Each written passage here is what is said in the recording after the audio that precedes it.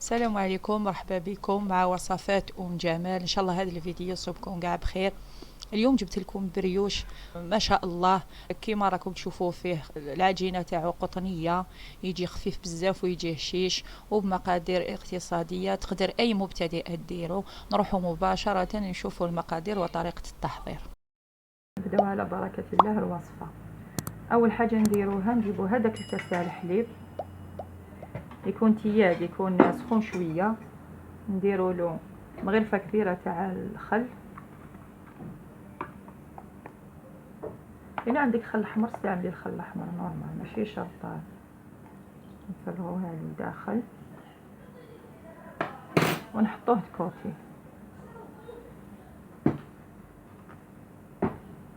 دوكا نبداو نسبقو في كاس ماء، هاولي في الكاس المعياري اللي درت. نزيدو له نص كاس سكر، ندوب السكر شويه،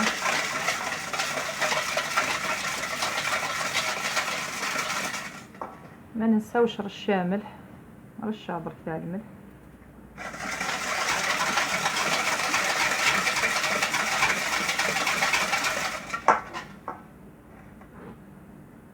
نزيدو نص كاس زيت،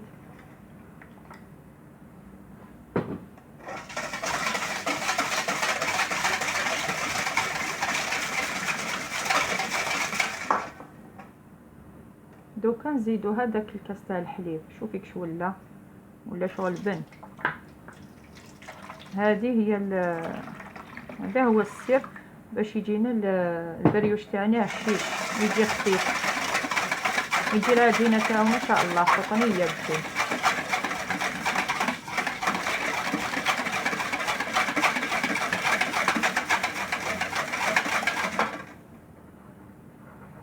وكنزيدو لهم مغرفه صغيره فانيليا مع مغرفه كبيره خميره الخبز.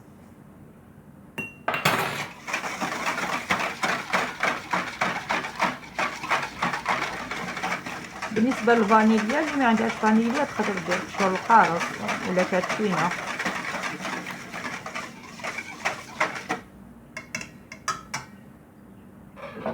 دوكا نبداو نديرو الفارينه غير بالعقل،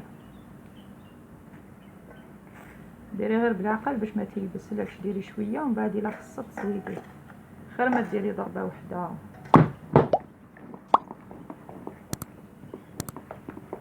طول بالعقل.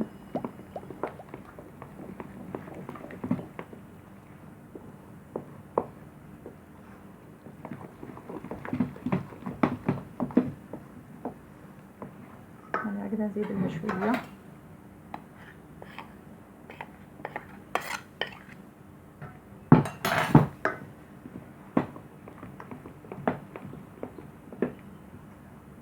ملازمش تجي العجينه يابسه وملازمش تجي طريه بزاف. دوك نشوفوا كيف ما نحبسش الفيديو باش نشوفوا كيف العجينه كيفاش لازم تجي. خاطر الصح العجينه هذه كيفاش لازم تجي باش يجيك البريوش تاعك خفيف. مازال نزيد لها شويه.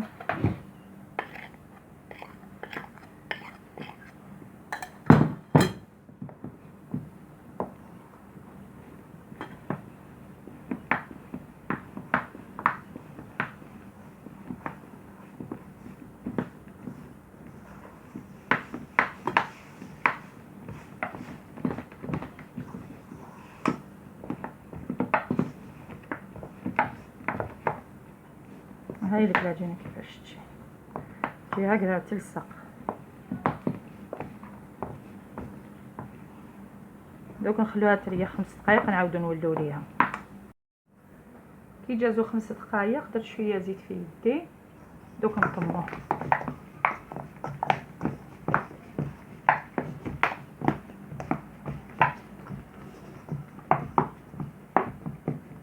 دوكا طميتو هاوليك.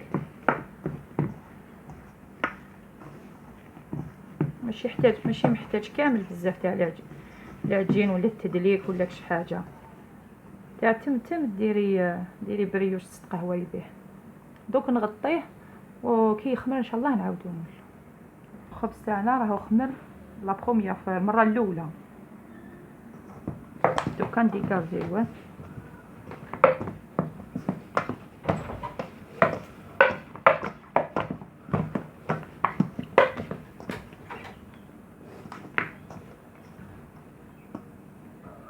دوكا نخلوه يخمر للمره الثانيه. دوكا خمر للمره الثانيه. دوكا نديكازيوه.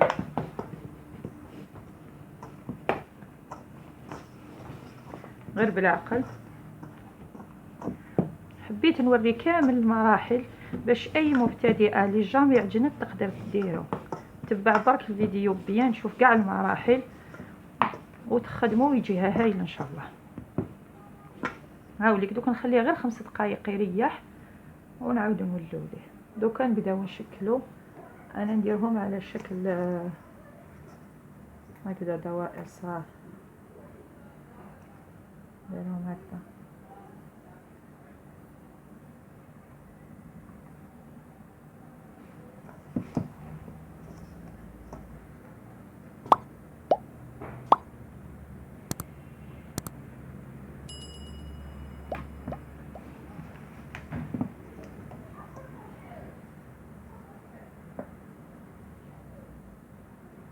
ديرهم صغار خاطش يزيدو يتنفخو.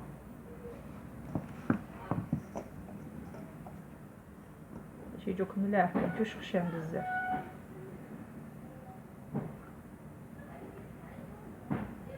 دوكا انا نكمل كامل الكميه هذه ونعاودو نشوفوها.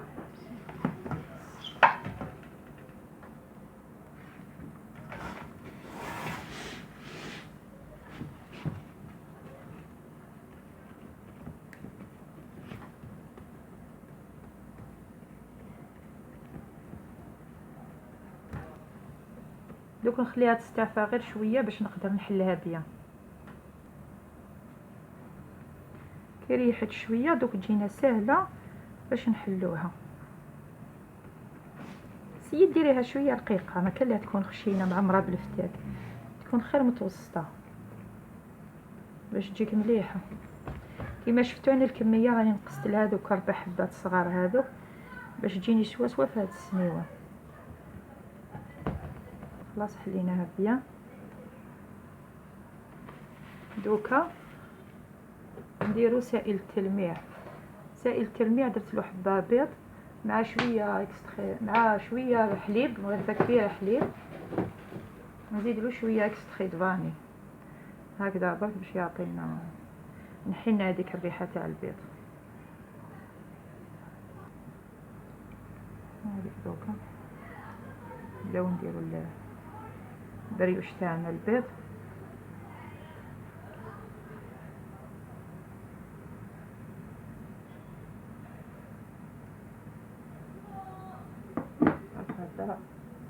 دوكا نديرو له شويه جلجلان.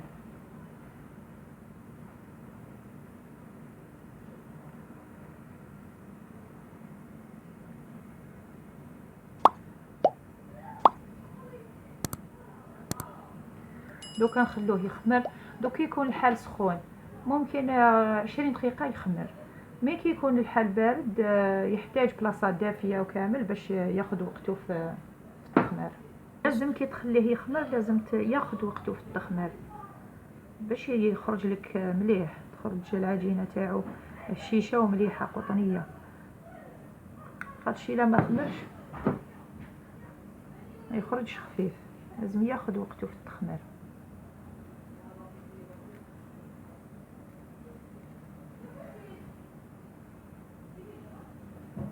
البريوش تاعنا راهو خمر. دوكا نحطوه على درجه حراره 180، حب يقول نار متوسطه في الرف الوسطاني، ونخلوه حتى نشوفوه صفر منا من التحت ولا صفر منا من التحت، نشعلو له باش يتحمر من الفوق. دوكا انا نروح نحطوه في الفرن. الفرن راني سخنته نديجا 10 دقائق من قبل. دوكا نروح نحطوه في الفرن وكي يوجد ان شاء الله نعاودو نتلاقى. البريوش تاعنا كي خرجتوه من الفرن شوفوا شحال طري، هاوليك واللون تاعو يشهي.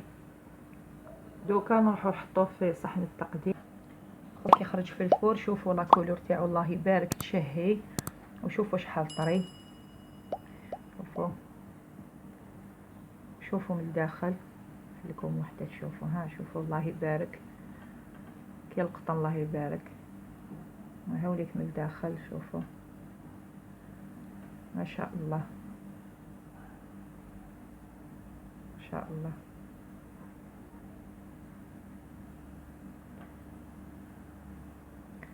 ان شاء الله الوصفه تكون عجبتكم، وقدمت كاع التفاصيل المهمه باش تنجحوا في هذه الوصفه.